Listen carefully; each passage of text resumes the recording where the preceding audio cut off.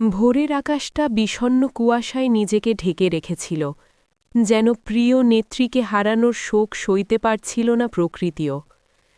কিন্তু সময় গড়াতেই সেই কুয়াশার চাদর চিরে যখন রোদের রেখা ফুটে উঠল, তখন সেই উজ্জ্বল আলোয় ধরা পড়ল এক চির বিদায়ের করুণ দৃশ্যপট।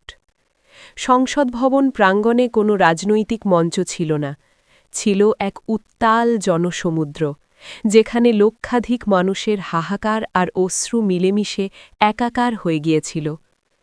কুয়াশাচ্ছন্ন সকালে যখন কফিনবাহী গাড়িটি সংসদ চত্বরে এসে পৌঁছায়, চারপাশের বাতাস তখন ভারী হয়ে ওঠে। দৃষ্টি আটকে যায় সেই কফিনে, যা মোড়ানো ছিল লাল সবুজের জাতীয় পতাকায়।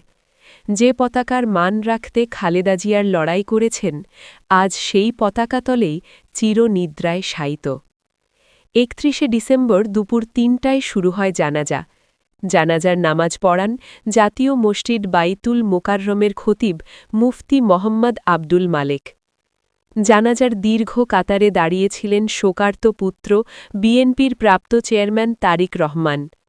তার ভেজা চোখ আর পাথর হয়ে যাওয়া মুখ যেন বলে দিচ্ছিল এক অপরণীয় শূন্যতার গল্প।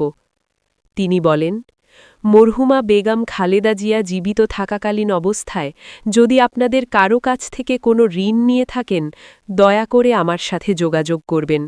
আমি সেটি পরিশোধের ব্যবস্থা করব ইনশাল্লাহ।